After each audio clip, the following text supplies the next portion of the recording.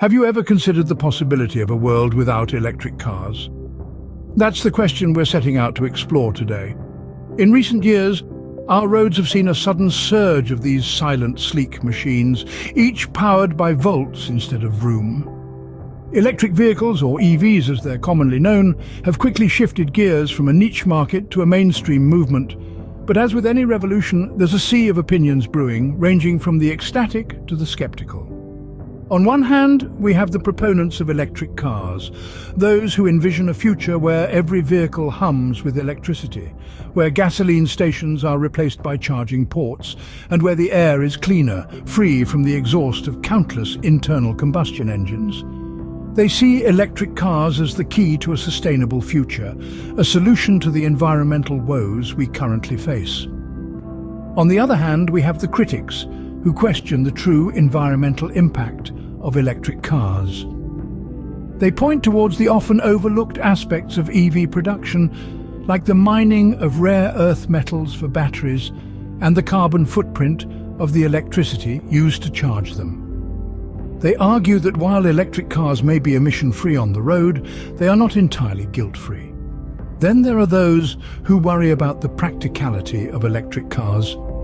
They ask about the availability of charging stations, the time it takes to charge, and the distance an electric vehicle can travel before it needs to be plugged in again. They wonder if our current infrastructure is ready to support a full switch to electric cars. These are just a few of the voices in this ongoing debate. As we delve deeper into this complex and compelling issue, we'll aim to present a balanced view, to separate the sparks from the static. Because at the end of the day, every innovation comes with its own set of benefits and drawbacks. As we delve into this thought-provoking topic, let's bear in mind that every innovation comes with its pros and cons.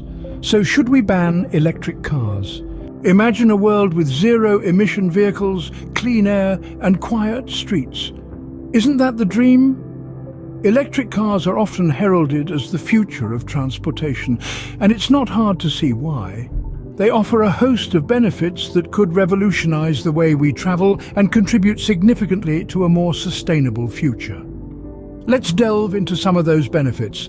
One of the most significant advantages is their potential to reduce carbon emissions drastically. Traditional gasoline cars are major contributors to greenhouse gases, which are a leading cause of climate change. By contrast, electric vehicles emit zero tailpipe pollutants, providing a cleaner, greener alternative. But it's not just about the environment. Electric cars are also highly efficient.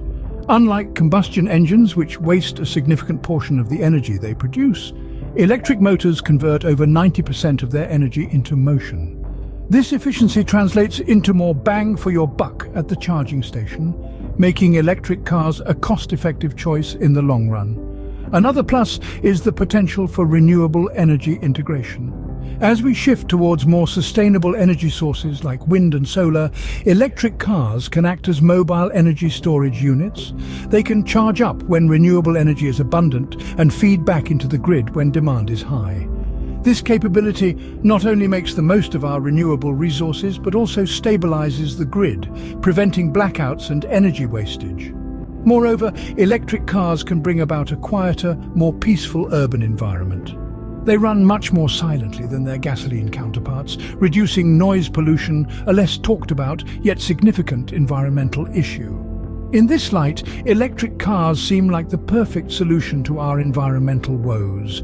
But is there a darker side to this shiny coin? While electric cars might seem like the panacea for a greener future, there are some hidden costs that need to be considered. Let's start with the batteries. They're the heart of any electric vehicle, but manufacturing them is no walk in the park. It requires a significant amount of energy and raw materials, including lithium, cobalt, and nickel. These elements are not only finite, but their extraction can lead to environmental degradation and human rights issues in mining communities. Plus, once a battery's life cycle ends, its disposal poses another environmental challenge. As of now, efficient recycling methods for these batteries are still in their infancy. Next, let's talk about infrastructure. Electric vehicles need places to charge, just like traditional cars need gas stations. However, the current charging infrastructure is far from adequate. There are parts of the world where charging stations are as rare as a blue moon, and even in areas where they do exist, charging an electric vehicle takes significantly longer than filling up a gas tank. This could lead to longer wait times and potential inconvenience for drivers. Lastly, there's the electric grid to think about. If everyone were to switch to electric cars, imagine the strain it would put on the electric grid. We'd need to produce and distribute much more electricity than we currently do. And unless that electricity comes from renewable sources, we could end up swapping one form of pollution for another. These factors complicate the transition to electric vehicles. It's not just about swapping out your gas guzzler for a sleek, silent, zero-emission machine. It's about the life cycle emissions of that machine, the infrastructure to support it, and the energy to power it. And these are challenges that can't be ignored. Given these challenges, some argue that electric cars may not be the silver bullet we hoped for, but is it enough to warrant a ban? That's the question we'll explore as we continue this discussion in the next scene.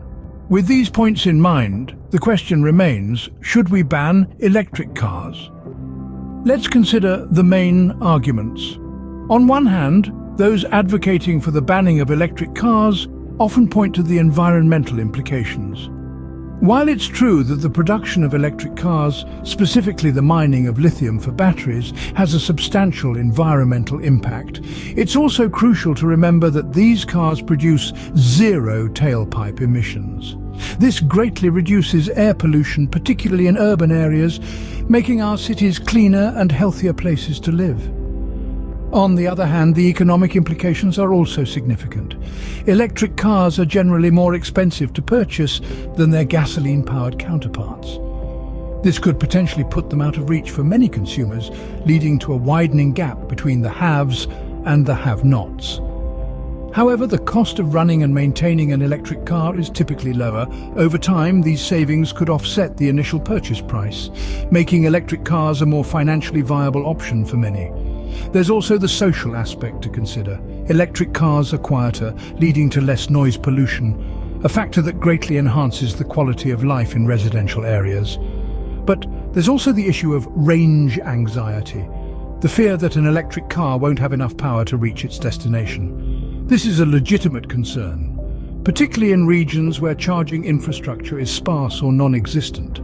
Then there's the question of job loss in the traditional automotive industry. Transitioning to electric cars could lead to significant job losses in the oil and gas sector. However, new jobs would undoubtedly be created in the electric vehicle industry, potentially offsetting these losses. So, the arguments for and against banning electric cars are complex and multifaceted, with each decision carrying potential consequences for our environment, economy, and society. It's clear that there's no straightforward answer. We need to carefully weigh the benefits against the costs. So where does that leave us? Do the benefits outweigh the costs, or should we reconsider our rush towards electrification? As we weigh the pros and cons of electric cars, it's clear that there's no simple answer to this complex issue. In this contentious debate, we've explored some key arguments. On one hand, we've seen the allure of the electric dream, the promise of zero tailpipe emissions, quieter streets, and a future where our vehicles don't contribute to air pollution. It's a vision of sustainability and innovation, fueled by breakthroughs in battery technology and renewable energy. But on the other hand, we've uncovered the hidden costs of going electric. There are concerns about the environmental impact of manufacturing these vehicles, from the extraction of raw materials to the disposal of used batteries. We've also considered the practical feasibility, from the current limitations of charging infrastructure to the potential strain on our electricity grids. It's a delicate balance, isn't it? On one side, the promise of a cleaner, greener future, and on the other, the challenges and costs that might hinder us from reaching it. The decision to ban or not to ban electric cars isn't one to be taken lightly. It's not just about choosing between combustion engines and electric motors. It's about considering the total environmental impact, the readiness of our infrastructure, and the economic implications.